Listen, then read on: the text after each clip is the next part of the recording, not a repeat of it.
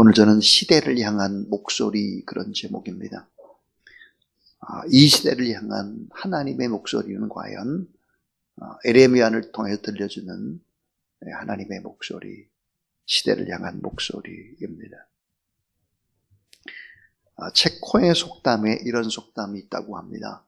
습관은 강철로 만든 셔츠다.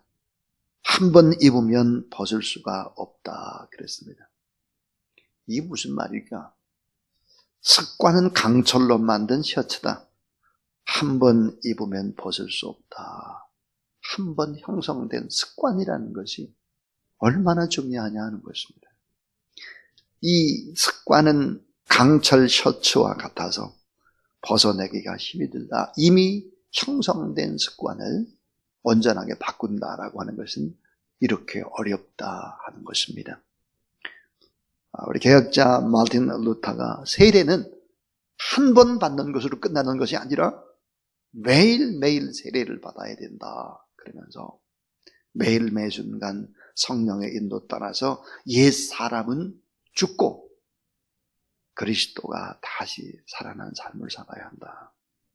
매일 예수 그리스도가 나의 주인인 자를 내가 주인인지를, 예수님이 주인인지를 확인하고 그렇게 살지 않으면 인간은 변질된다 그랬습니다. 그래서 매일 주님의 십자가 앞에서 회개하고 그리고 성령의 인도함을 받고 내가 죽고 내가 다시 사는 일들, 이런 일들이 반복되지 않을 때 무서운 타락이 온다는 것을 에레미야는 보여주고 있습니다.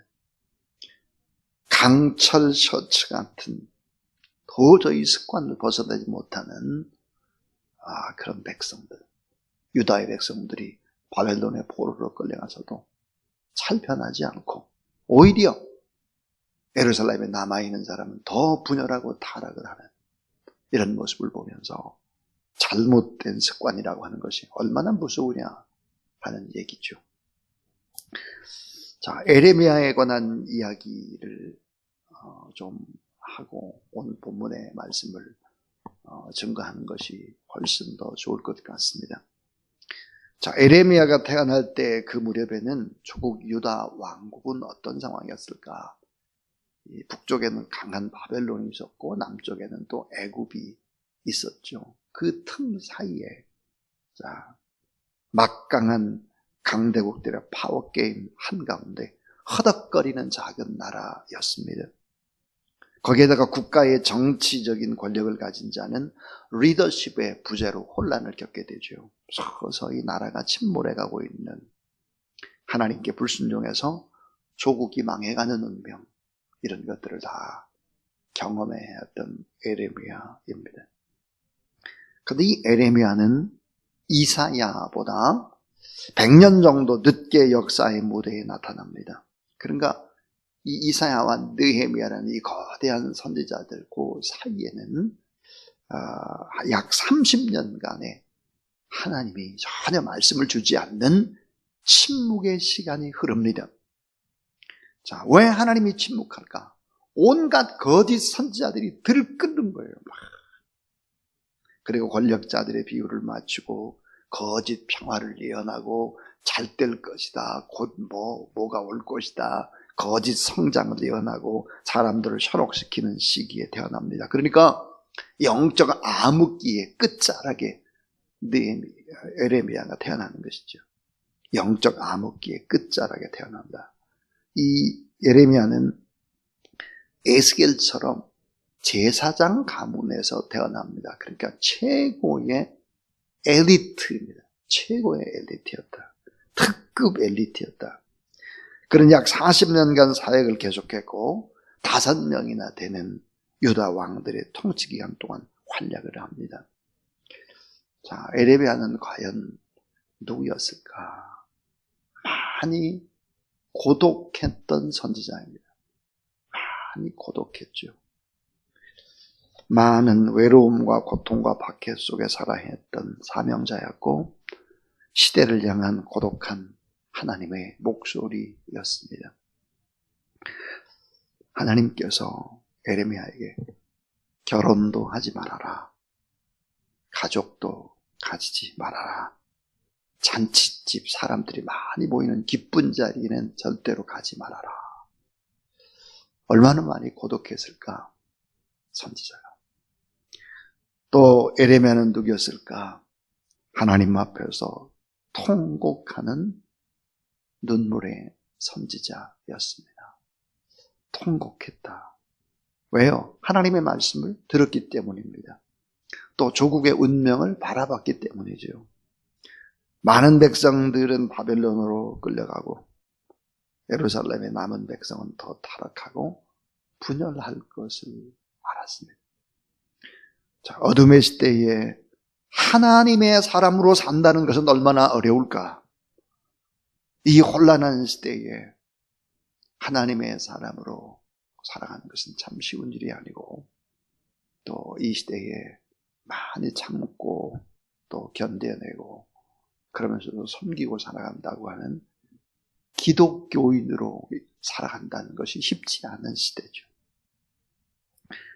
에레미야는 많이 고독했던 선지자, 하나님 앞에 많이 통곡했던 눈물의 사람이었습니다. 동시에 에레미야는 늘 삶과 죽음의 교차로에 있었던 사람이다 하는 거예요. 늘 죽음을 생각했습니다. 왜냐하면 사람들이 배척하고 저주하고 또 살해의 위험이 늘 있었던 사람이기 때문이죠. 국수주의자들에게는 에레미야는 반역자로 낙인을 찍어가지고 그 국수주의자들은 어떡하면 에레미야를 죽일까 그랬고, 거짓 선지자들에게는 에레미야는 눈의 가시였고, 오늘 말씀에도 거짓 선지자 스마야가 나오죠.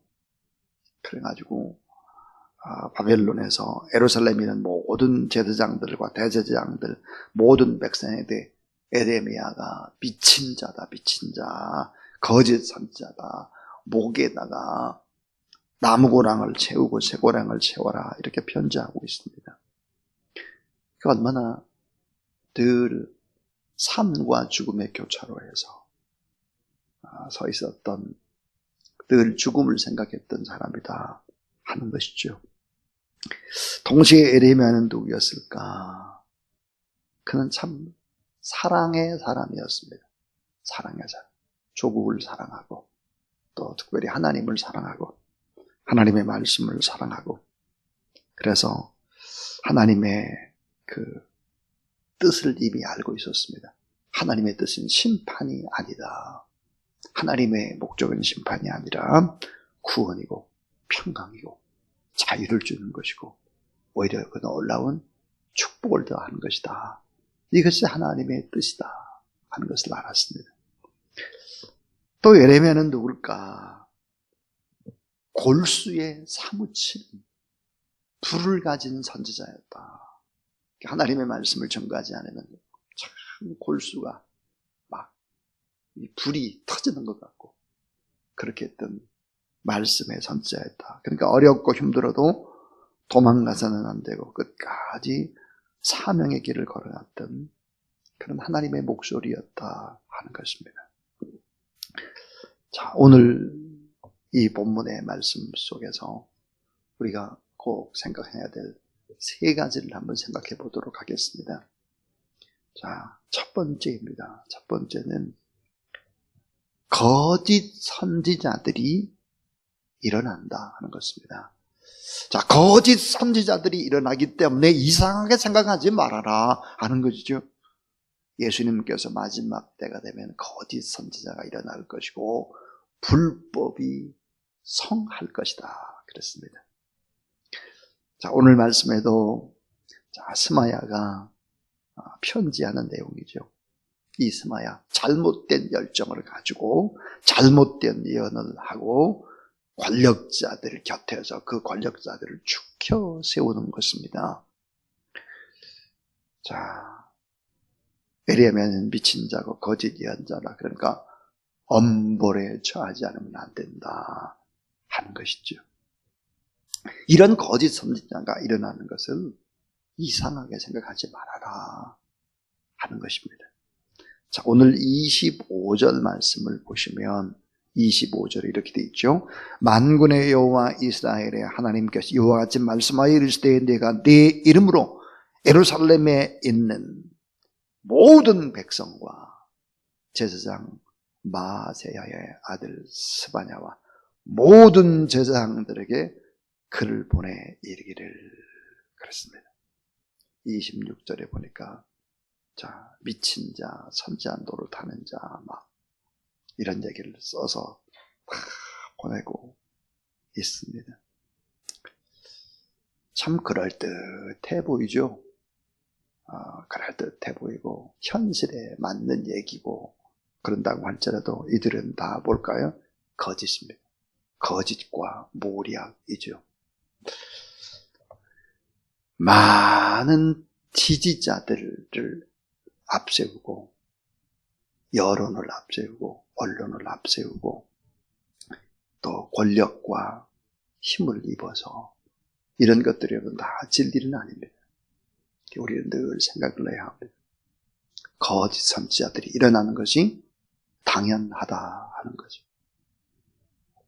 그런데 두 번째로 너무 중요한 것이 있습니다. 그 두 번째로 뭘까?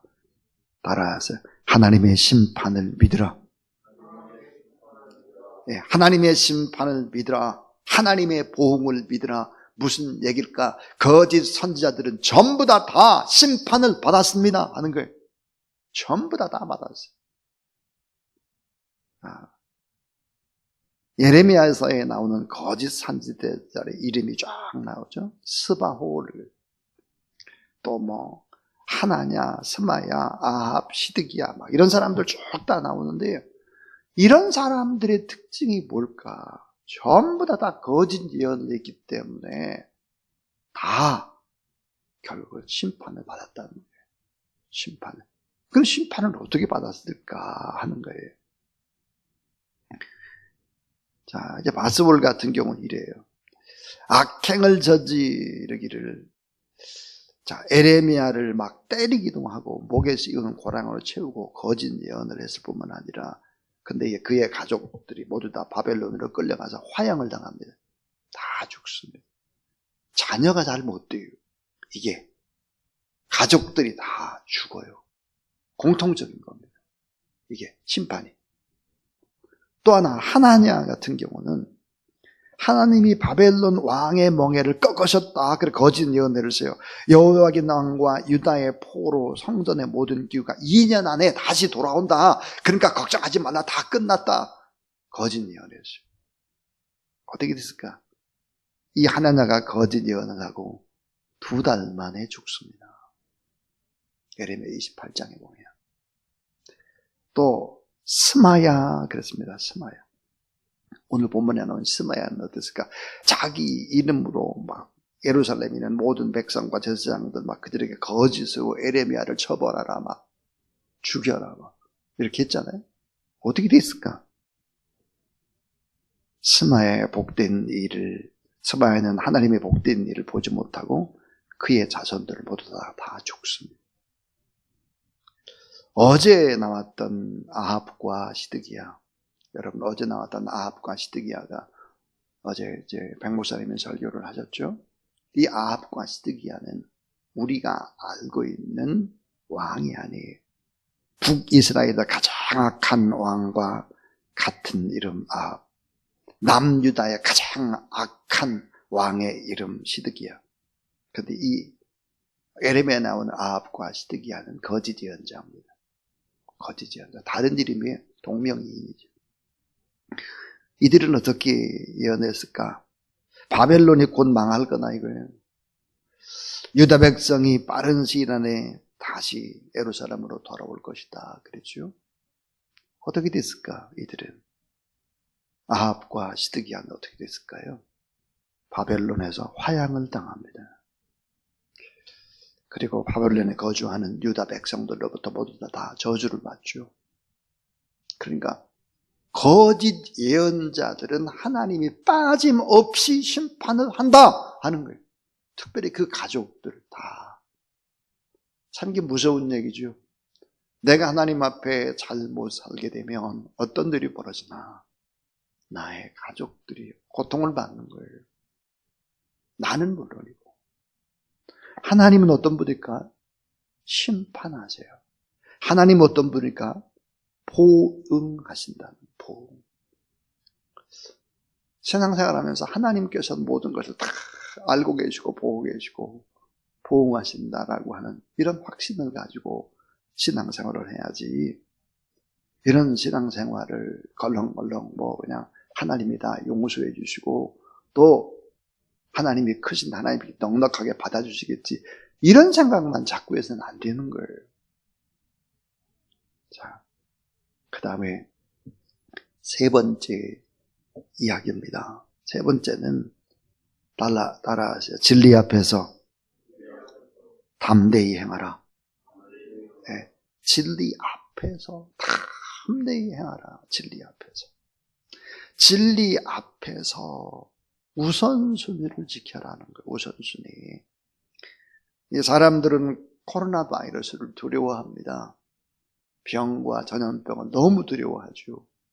사람들은 사고와 또 어떤 시험당하는 거 두려워하고, 특별히 두려워하는 게 뭘까요? 죽음을 두려워합니다. 그러나 성경은 얘기하기를 두려워해야 할 분이 바로 어떤 병이나 전염병이나 사고나 시험이나 죽음이나 이런 게 아니라 정말 우리가 두려워해야 될 대상은 하나님이시다라고 말하고 있습니다. 자, 사도 바울이 이런 얘기를 했죠. 내가 사람에게 좋게 하랴, 하나님에게 좋게 하랴. 자, 내가 사람들에게 좋게 하랴, 하나님께 좋게 하랴. 내가 사람들에게 좋게 하려고 했으면 내가 하나님의 사람이 아니다. 내가 다른 복음을 전가하면 나는 저주를 받을 것이다. 이렇게 얘기를 했습니다. 그러니까 참 진리 앞에 담대했던 것이죠. 진리 앞에 담대하라 그랬습니다. 맨발의 천사인 최춘선 할아버지, 아마 여러분 기억은 하실 거예요. 그분이 이런 얘기를 했어요. 참 이상스러운 할아버지 같고, 왜 신발도 신자고 맨발로 저렇게 겨울에도 돌아다니고 지하철 돌아다니고 이상한 행동을 하면서 전도를 할까? 알고 보니 그는 정말 부잣집의 아들이었고 독립운동을 하는 아버지 아들이었고, 그분 누구보다 성경을 많이 아는 그런 사람이었죠. 근데 그가 늘 하고 다니는 소리가 있었습니다. 진리는 고독해도 날로 담대합니다. 진리는 고독해도 날로 더 담대하다 그랬습니다. 하나님 편에 서서 진리의 메시지를 전하고 진리의 길을 사는 사람, 에레미야처럼 고독할 수 있다. 그러나 담대하라 하는 것입니다. 자, 진리 앞에 담대하라. 그리고 진리 앞에 우선순위를 지키는 것입니다. 진리 앞에 우리가 지켜야 될 우선순위, 한참 잘못된 우선순위, 이걸 바로잡아야 된다 하는 것이죠. 그 우선순위 가운데 하나만 이야기를 하겠습니다. 하나. 자, 여러분, 맨 먼저 우리가 해야 될 것이 사랑의 대상입니다. 사랑의 대상. 잘 생각해 보세요. 자, 우리는 우선 하나님을 사랑하라야죠. 하나님 사랑. 마음과 뜻과 정성과 목숨을 다해서 하나님을 사랑하라 그러죠. 하나님 사랑이 첫 번째입니다. 두 번째가 뭐야? 교회 사랑이에요. 주님의 몸이기 때문에 교회를 사랑해야 합니다. 교회. 그 다음에 이웃을 사랑해야 돼요. 이웃. 그 다음에 가족을 사랑해야 합니다. 가족. 그 다음에 나를 사랑해야 합니다. 어떻습니까? 이게 어때요?